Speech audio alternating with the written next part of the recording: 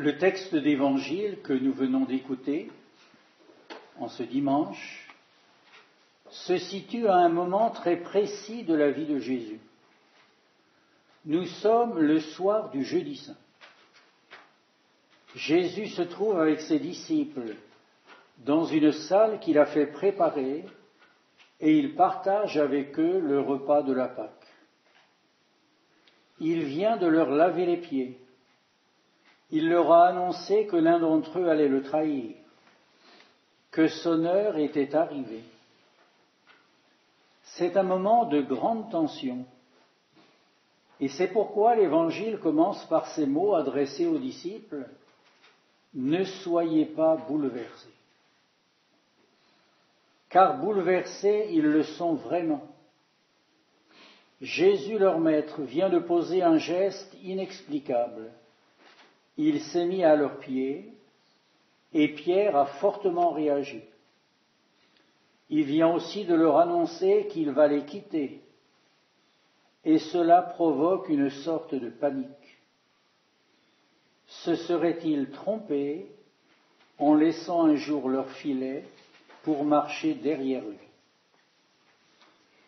Et pour les aider à échapper à ce trouble intérieur qui les habite et à demeurer dans la paix, Jésus ajoute aussitôt « Vous croyez en Dieu, croyez aussi en moi ». Et c'est là une parole très forte. Ses disciples croient en Dieu, bien sûr. Ils font confiance au Dieu d'Israël, au Dieu de leur Père, qui a si souvent sauvé son peuple dans le passé. Mais il leur demande aussi de croire en lui, un peu comme si c'était la même chose, croire en Dieu et croire en lui. Mais les disciples ne sont pas rendus encore là. Il leur reste du chemin à parcourir pour franchir cette étape et pour reconnaître en leur Maître leur Seigneur et leur Dieu. Demain, cela leur sera possible, quand ils auront reçu l'Esprit Saint au matin de la Pentecôte, toute peur, tout doute ayant disparu, Pierre, au nom de ses frères, pourra avec audace annoncer à ceux qui l'écoutent que Jésus est le Seigneur. Mais ils n'en sont pas encore là.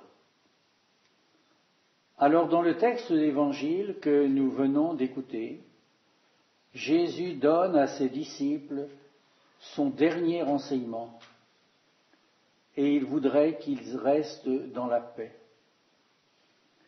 Il les invite d'abord donc à croire en lui. Et ce mot « croire » revient 6 fois dans les quelques versets que nous venons d'écouter. Jésus insiste parce qu'il sait que la foi de ses disciples est fragile. Il les invite donc à garder confiance en sa personne, même s'ils ne comprennent pas encore vraiment qui il est, sans quoi ils vont avoir de la peine à traverser l'épreuve qui les attend. Et puis il les invite aussi, presque aussitôt, à croire qu'il ne les abandonnera jamais. Il va les quitter, mais il reste le bon berger, comme nous l'avons entendu tout au long de cette semaine. Il connaît chacune de ses brebis par son nom. Il marche à leur tête et elles le suivent. Et si l'une d'entre elles se perd, il est même capable de partir à sa recherche, car chacune a du prix à ses yeux. Et Jésus ajoute ce matin, là où il s'en va, ceux qui croient en lui le rejoindront un jour. Son départ n'est donc pas un abandon. Il part pour leur préparer une place. Demain, il reviendra pour les prendre avec lui. Car là où je suis, vous serez vous aussi. En cette heure difficile, c'est la promesse qu'il leur fait et qui leur assure qu'ils n'ont pas fait fausse route dans le suivant. Rien ne pourra briser le lien qui les unit. Et Jésus continue. Pour aller où je vais et où vous serez demain, vous savez le chemin. Et cela provoque la réaction assez vive de Thomas. Nous ne savons même pas où tu vas. Comment pourrions-nous savoir le chemin? C'est une réaction de simple bon sens que Jésus sans doute attendait pour leur dire « Moi je suis le chemin, la vérité et la vie, personne ne va au Père sans passer par moi. » Et c'est là une révélation nouvelle. Si Jésus quitte ses disciples, ce n'est pas pour aller n'importe où, c'est pour rejoindre le Père, c'est-à-dire rejoindre celui qui l'a envoyé, celui dont il veut faire la volonté, celui qu'il rencontre la nuit dans la prière, suscitant leur étonnement. Et c'est donc aussi vers ce Père que Dieu veut emmener ses disciples quand il reviendra pour les prendre avec lui. Être avec le Père, demeurer avec lui, est le but final de l'aventure dans laquelle ils se sont engagés avec lui. Pour rejoindre le Père, Jésus leur révèle qu'il est le chemin, c'est-à-dire celui qu'il faut suivre, celui dont il faut écouter la parole et la mettre en pratique, celui qu'il faut imiter en devenant à sa suite des serviteurs qui acceptent de laver les pieds de leurs frères, comme il vient de le faire. Et Jésus d'ajouter, « Personne ne va au Père sans passer par moi. Il n'y a pas d'autre chemin que lui. » C'est une parole un peu mystérieuse qui pourrait nous faire croire que personne ne connaîtra le Père sans d'abord connaître Jésus. Mais c'est oublier que Jésus a plusieurs manières de se faire connaître. Quand il ne sera plus là, il enverra sur eux son esprit qui sera sa présence au milieu d'eux.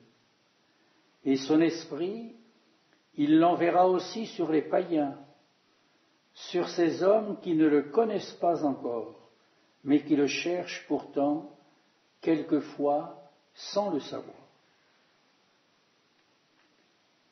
Jésus est le chemin. Ses disciples sont prêts à l'admettre. C'est pour cela qu'ils le suivent depuis 3 ans. Mais Jésus va encore plus loin. Mon Père, près de qui vous serez avec moi, dès maintenant, vous le connaissez et vous l'avez vu.